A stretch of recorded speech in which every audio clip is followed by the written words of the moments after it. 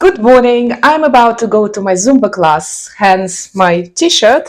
But before I do, I wanted to show you a quick setup that I use in the beginning of my YouTube journey. So it's quite simple for now. As you can see, I have two screens, one from my laptop, the other one is a separate screen, but you do not need this big screen. The reason why I have it is because in my old job, I was given this screen, but they didn't want it back, so I just kept it. And it's actually quite handy to have it for a script or my notes when I'm speaking to the camera.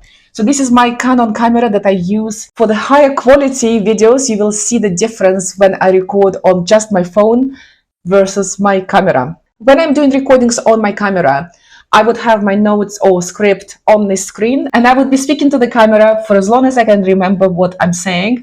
Then if I get stuck, I turn to my notes or my script, read, memorize, and then turn back to the camera.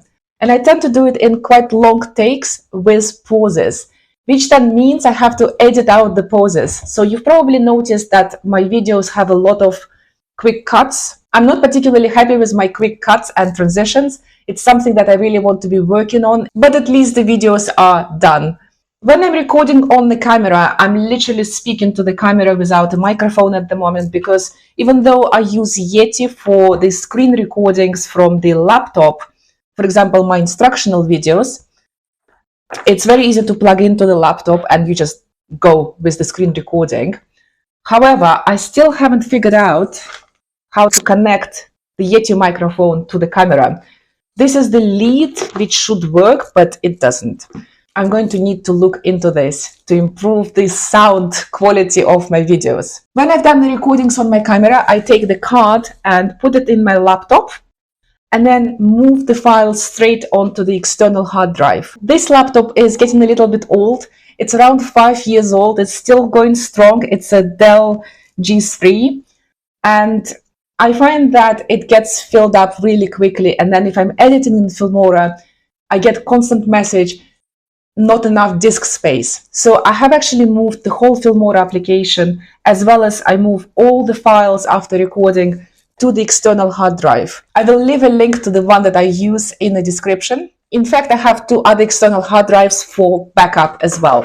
So this little microphone I use when I'm outdoors or when I'm recording like this, looking at the phone in the home setting. However, the house I live in is right outside a large school. So I only really get 1.5 to 2 hours in the mornings before the kids come out for their breaks, and it gets really noisy. And this microphone picks up the noise too well. Also, I have a large road right in front of the house, so that also creates an extra background noise, and I need to figure out how to improve the sound quality of my videos. Yeti microphone definitely helps, but as I said, for now I'm only really able to use it in settings when I'm recording from the PC screen. I also have these Soundcore headphones, which are amazing if my daughter is in the house, and it really helps me to focus when I'm doing the editing. In terms of lighting, I have a simple light if I'm working later at night, but I tend to work in the daytime or in the morning especially,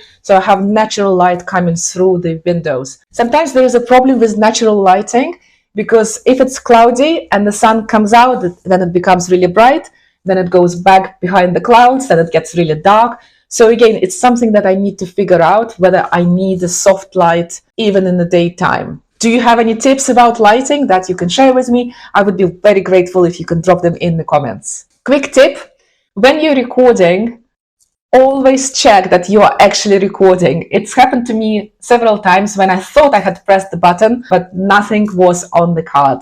And the same with your phone when you're recording on the phone, but I would recommend that you stop every few minutes to check that the sound is recording and whether you're actually recording. And I've been caught out so many times. And also at those checkpoints, it might be worth moving your files to the external hard drive. Now let me show you some basic editing that I do in Filmora. I will also do a separate video how I do editing as a beginner, still learning new things. But today is just a very quick introduction, just to give you an idea of how easy it is to edit in Filmora. It's very intuitive. I have also tried CapCut, but I find that CapCut is not as good on the desktop compared to the phone. And I'm also trying to learn Descript and Vid.io. So I will report back to you once I've mastered some initial skills in those editing programs. So here is a project that I'm working on for my other YouTube channel, which is for doctors. And this particular video would have been 44 minutes long. So this is the area where I uploaded all the mini video clips that I took on my camera. There are quite a few video clips which, when glued together, has resulted in quite a long track. This will be much shorter as a final product because I will go through this second by second and remove pauses. You will see there are quite a few pauses between when I'm talking, and this is because I'm still not very confident talking in one go, and I tend to read my notes, which is where the pause is, then I speak to the camera, then I read my notes again, then I speak to the camera again, and then I have to manually remove these pauses. I know there is some video editing software such as Vid.io which allows you to remove the pauses automatically. However, I am so used to using Filmora, that's what I'm sticking to at the moment. When I get to the point when there is a pause, I can enlarge this, come to the start of the speaking, cut, and then delete. Then I run it through, and then when it stops, I cut it again. Then I do this. Obviously, I need to listen to make sure that there are no abrupt changes in how I speak as well as how I look during these transitions. And if there are abrupt changes, you can use transitions such as this one. I'll show you how it looks. There we go. Or I can choose another transition.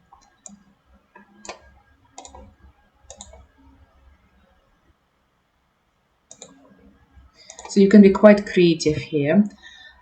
At one point, I'm reading my script on the screen. Let's imagine that here I'm reading my script and I want to conceal it. So what I can do is I can put this block here, and then I can add some writing which may go along with my talk and explanations. So for example, then I go to text and then I can say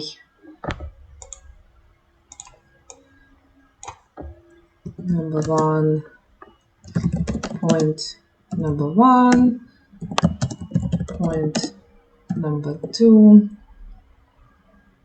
And then as I'm speaking, this will be shown on the screen. And if you want, you can even add animations. Let's try this. And then you can even change the speed of animations to match the speed of your speech. So I already have this particular image for the thumbnail for this video, but let me show you how I would add this if this was a photo that I wanted to share. So I literally drag and drop it. And then here I can change it whichever size I want. I can also add effects. For example, this heartbeat. So if I add this effect here, there's me talking, and then there is this effect. There are also various stickers. So if I'm presenting something and I need to point to something on the screen, then I would do it with an arrow. So you can change the direction and the size of the arrow. So let's say I'm saying something, or I'm giving a presentation where there is a critical point, and then I show this as an arrow. In the end, if I want to prompt viewers to subscribe to my channel, I can add this sticker. So that's it for now. I'm off to my Zumba class and I'll see you in the next video. Bye bye.